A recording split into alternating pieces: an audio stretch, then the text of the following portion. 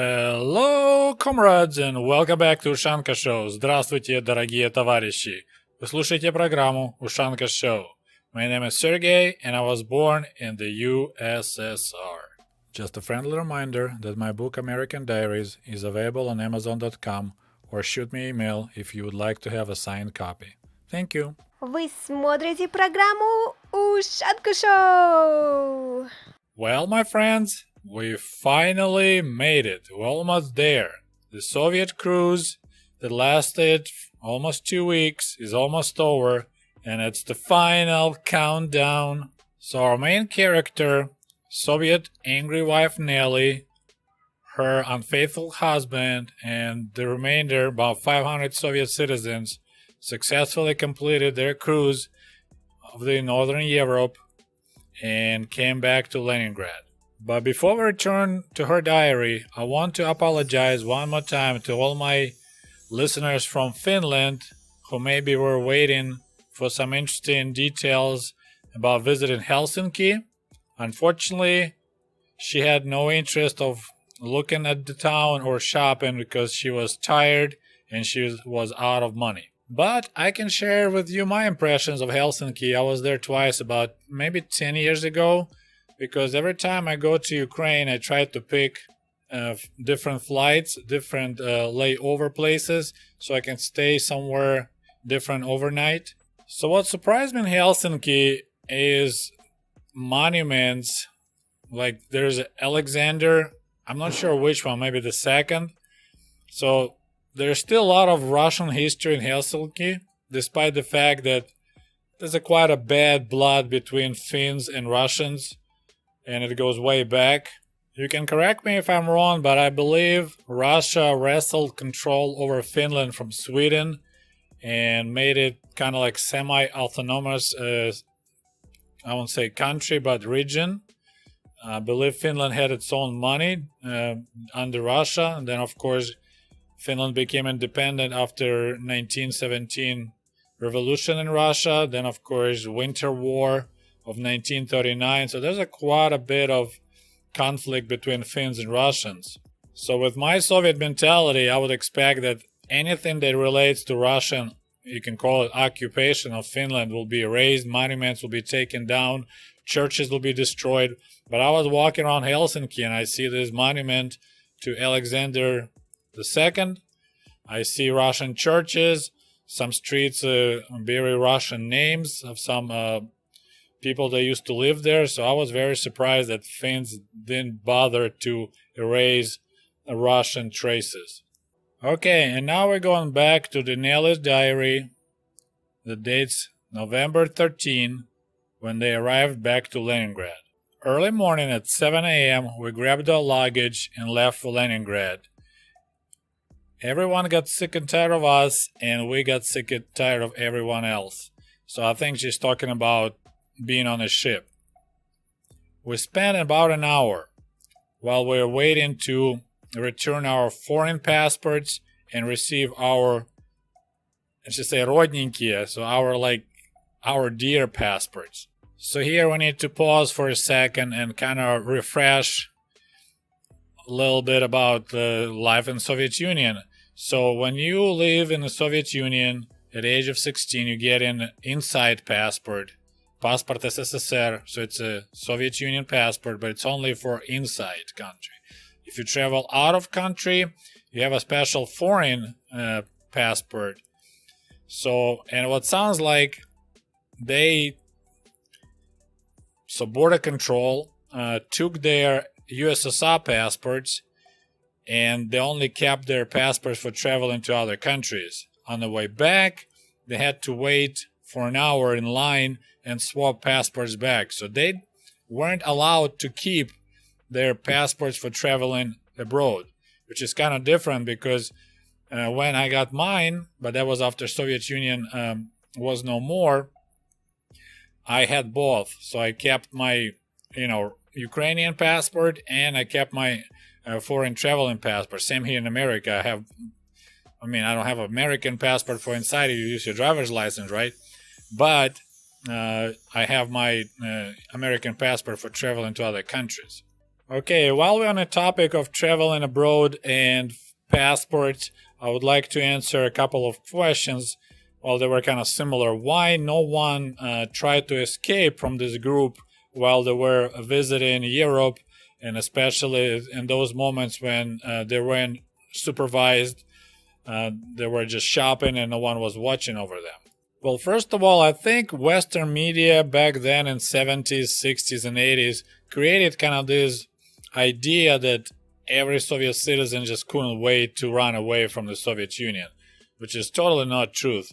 There are people that were not happy with the system and they were trying to leave. And there are cases when people went on the cruises and then they asked for political assignment in the ports. But it was, single cases. But of course, every time this happens, it will be on TV, it'll be in newspapers. So it creates this perception that everyone was trying to run away. Look at this group photo. We're talking people in their middle ages. They're like in their 50s almost, right? Some of them in 30s, but a lot of them older. And they're like elite of this small Ukrainian town. Earlier they mentioned some of them were docenti. So they working in local universities and they're like almost at the level of professor. One step down is docent. I'm not sure how to translate it in English. So they are having pretty much good life in the Soviet Union, well-paid jobs, they got nice apartments, they could afford to spend their annual income on this cruise.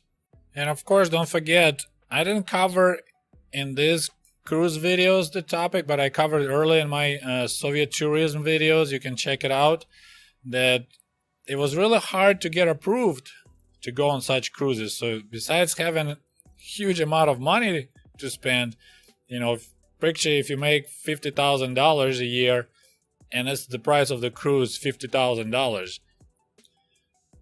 KGB was checking you out, so you had to get a recommendation paper from place of your work or your study, so it was pretty challenging. And now back to the diary. So they got their Soviet passports, and now Nelly mentions that she has only not much money left, and she says it's 23 plus 25 plus 12. I'm not sure why she writes it that separate way. So it sounds like they have about 65 rubles left from the trip. Okay, so they have 60 rubles left, and she says, but we have a large needs. Lena, I assume it's her daughter, doesn't have boots. Not she says have needs a new pair. She says doesn't have boots at all. Нет без сапог. And I need a hat. And Nelly continues. Also, we need tights, колготы, and grandma needs some kind of present. So our train to Moscow. So now they're in Leningrad again, right? Our train to Moscow at 7:45 p.m. So we put our luggage in a storage area and went to Nevsky Prospect, which is main shopping area in Leningrad. So once again, we see here the Soviet reality that people in small towns, they didn't have access to the goods that people in large cities had. So like Moscow and Leningrad were supplied way better with, besides groceries, with items like shoes and hats and stuff like that. So she is desperate to go shopping before they head out back to Voroshilovgrad because they can't get boots and hats in Voroshilovgrad. And back to the diary. Nelly says it was cold, dirty, and tons of people. I had no desire to go through the stores, and especially look at the stuff at the stores. It was just silly. So now she's seeing the stores in the West, and now she looks at the stores in Leningrad that she adored before, and she's like, this is just funny. And goods and the service. So she's not impressed anymore with the stores in Leningrad. I purchased a hat for Lena and myself. Everything is gray and ugly. You know how much I was impressed with Leningrad, and it turned out it's all plagiarism, plagiat. So she's just like, okay, so Leningrad is not that beautiful. It's just a rip-off of the western cities. And she says, город подражания. So she just continues like, this is the city like a copycat city. We purchased some herring, selodka, so they actually bought some groceries too. Grabbed our luggage and loaded up on the train. It's dirty, dark, and we had some primitive dinner. Ужинаем кое-как. November 14, so they took an overnight train from Leningrad to Moscow. We got up in the morning and ran to Paveletsky Vokzal.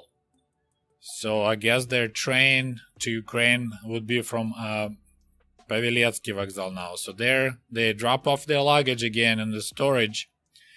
And she continues, it's cold, dirty, and train station stinks. Then we jump on a subway and went to Red Square.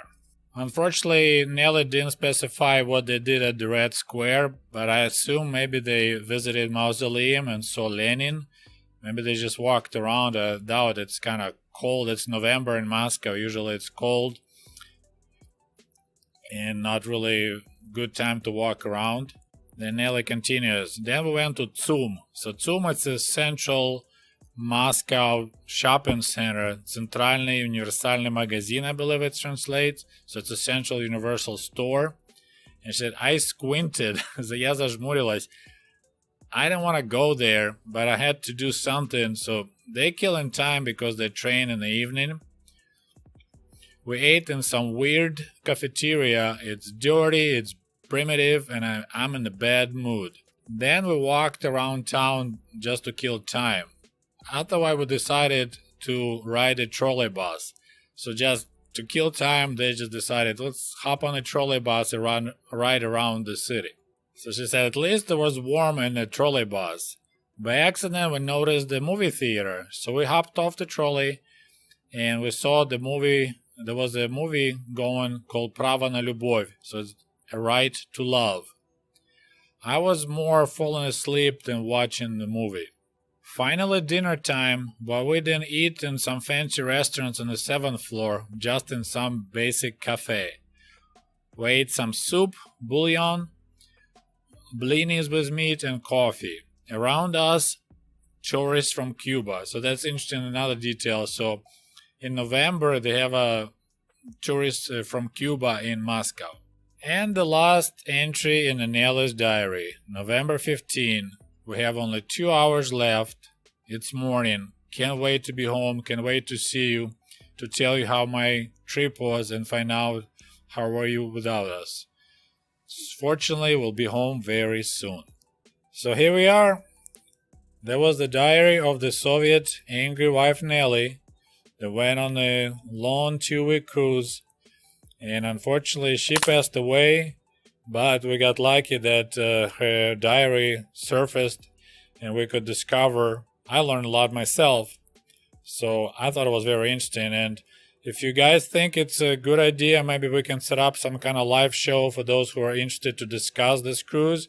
If you have any questions, we might talk about it. And my channel just got 38,000 subscribers, so we can celebrate 38,000 subs and talk about this cruise. I hope you enjoyed this video. I hope you enjoy this cruise series, and we'll talk to you soon. До свидания. Goodbye.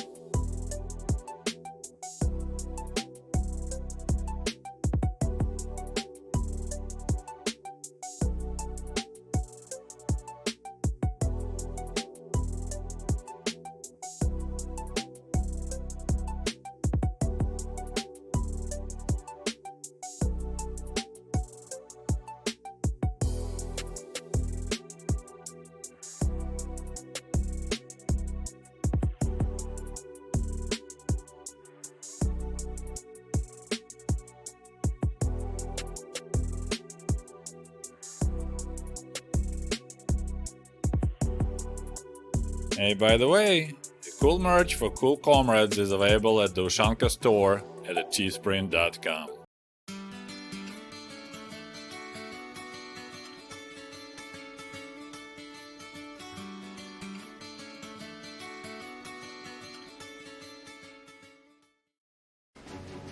And if you love my channel and would like to show your support, please click on the link below this video and become the patron of the Ushanka Show. For as little as $1, you can help us grow and create the new, interesting videos about the life in Soviet Union.